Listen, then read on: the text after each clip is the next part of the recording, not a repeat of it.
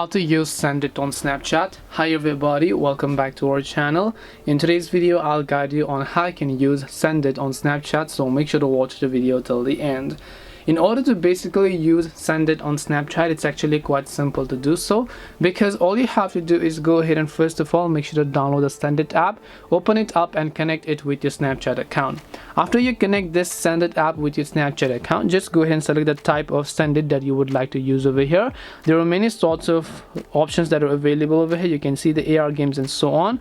So now you can just choose any type of text that you like and then just hit this arrow option. And once you've done so, you can just tap the done button. If you want to choose a background, you can just come to this tab and then choose a background of your choice. And after you've done that, you can also just tap the share option and then send the snap to your friends and all of your people who are actually with you on Snapchat. This way you'll be able to make sure to do a Sendit on Snapchat. Hope this video was very helpful. If you have got any questions, feel free to leave them down. Thank you for watching till the end and see you soon in the next video.